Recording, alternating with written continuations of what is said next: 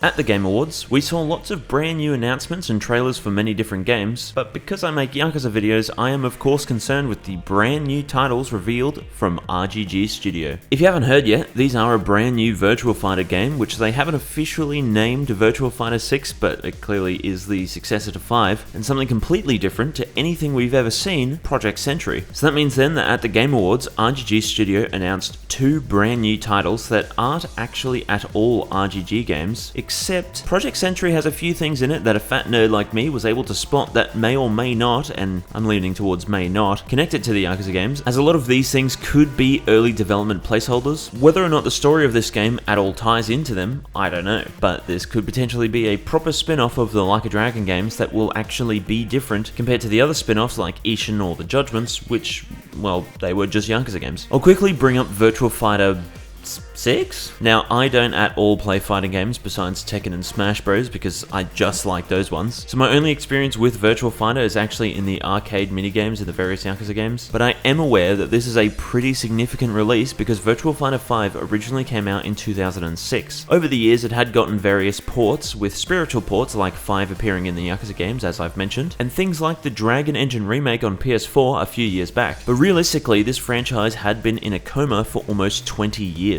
So given how heavily referenced Virtua Fighter is in the Yakuza series, how much it's inspired many aspects of the series, and the connections between RGG Studio and Virtua Fighter's original developers, RGG Studio have decided to say, screw it, let's just make a new one, and are helping out with the new game. And not to brag or self-promote or anything, but your boy may have been able to spot that it was Virtua Fighter 6 like it was a Sixth Sense when he streamed the Game Awards. Oh, is this Virtua Fighter? Is this like Virtua Fighter 6 or something? But now for the other new game, Project Sentry, which I activated my 7th sense to see that it was indeed made by RGG Studio from a mile away. You see, they played these two trailers back to back and the RGG Studio logo only showed up at the end to sort of trick people into thinking it isn't an RGG game. I mean, they're doing such a good job at tricking people that at the time of recording this, they still haven't even mentioned the game at all on any of their social medias or YouTube channels, even the Japanese ones. Don't know why, but oh well. Here's some snippets of me knowing that this was an RGG Studio game from my live stream. This is the Yakuza spin-off where it's set before World War 1.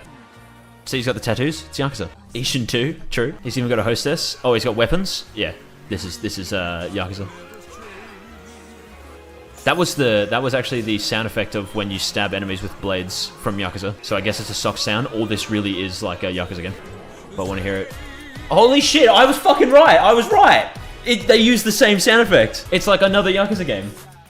So yes, they're reusing some assets, which is kind of a staple with this game studio, but in all fairness, as this is pre-alpha footage, and as this is a game I probably wouldn't expect to see for at least another 12 months, a lot of these could very well be quick placeholders that they'll eventually replace. But for now, here's a showcase of everything from the Yakuza games that are in this Project Sentry trailer because I think it's really funny to point out this sort of stuff. To start, even though this game has a previously unseen Hitman Absolution camera filter, we all know how much RGG Studio love their filters, so that's one sign it's them. Perhaps I'll be proven wrong, but this game is also clearly on the Dragon Engine, or at the very least, something built off of it. You can tell by all the awkward edges along all of the shadows where they're kind of like soft yet rugged. There is most certainly a term for that I forgot. You can also see that people standing within the shadows of these buildings in the middle of the day are casting a shadow from the sun that can't see them. Then there's another classic Yakuza thing, which is the specific way that NPCs walk. A lot of these NPCs are clearly pre-animated like a cutscene, but some of them are just walking around with their own logic. You can see a little bit here of a lady shifting out of the way of this guy. Then there's this dude who does the classic, whoops, I'm not supposed to be here, 180. And there's a few other instances of those little NPC walking quirks here and there. For more visual things, there's this shot here of this dude in the tram. Can't describe why it gives me these signs, but that specific angle of the camera, the shot composition, and the direction of the lighting, again, it's hard to describe, but that's the sort of stuff you'd see in a Yakuza cutscene. You'd also typically see tattoos, and there's a shot here of some dude with a big mural of tattoos on his back eating some noodles. The specific sheen of his skin and that exact texture of his skin and his tattoos is another thing you'll typically see in a Yakuza game. You can also look at the hair physics and just go,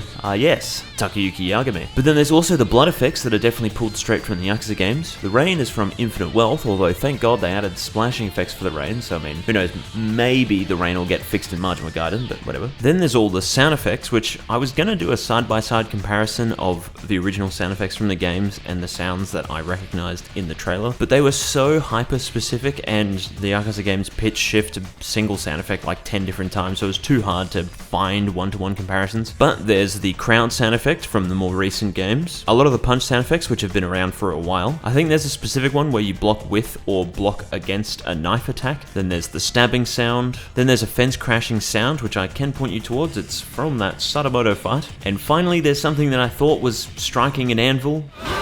And I've heard that sound effect 1,000 times, but I can't find the exact one. But I swear to God, I've heard it. But long story short, every sound effect in this trailer are from the Yakuza games. Now, to all of you ladies that are impressed by my oh, never mind. Having the setting be in 1915 Japan has been making some people theorize that this could potentially be the origin story for something like the Omi Alliance or the Tojo clan, but again, this game could very well just have the essence of the Yakuza games, and that's about it. Or it could even be another Project Judge, which we all know now as Judgment, which despite being all in the exact same universe and everything, the story of that game has nothing to do with the stories of the mainline series. The gameplay is definitely fake gameplay with a lot of pre-made animations that are just running in-game to make it look like gameplay, but obviously this is how they want the gameplay to eventually look, and I doubt it'd be too hard for them to do that. So for now, we don't know what the hell this will be. But of course, I was able to expertly analyze all this nerdy shit from a 1.5-minute trailer, because all I deliver on this channel is high quality content,